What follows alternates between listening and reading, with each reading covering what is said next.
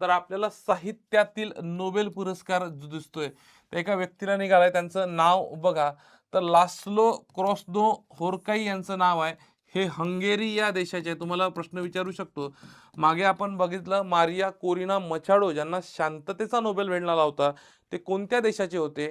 तर ते बघा, तर ते व्हेनेझुएलाचे. त्यांनी व्हेनेझुएलाची पहिली व्यक्ती होती.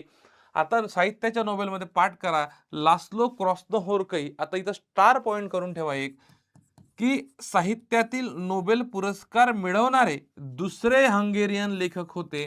क्रमांक बरेचदा विचारलं जातं आणि यांनी साहित्यासोबतच 2015 चा मॅन बुकर पुरस्कार जिंकलेला आहे. मॅन बुकर आंतरराष्ट्रीय पुरस्कार जिंकलेला आहे.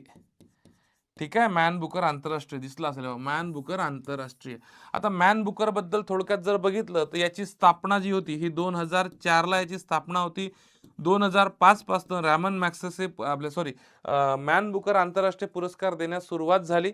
ऍक्च्युली स्थापना 2004 ची आहे आणि सुरुवात 2005 ची आहे. आणि याचे पहिले विजेते जे होते 2005 मध्ये हे होते इस्माईल काद्रे. मागच्या वर्षी त्यांचं निधन झालेलं आहे. इस्माईल काद्रेचं लक्षात असू द्या.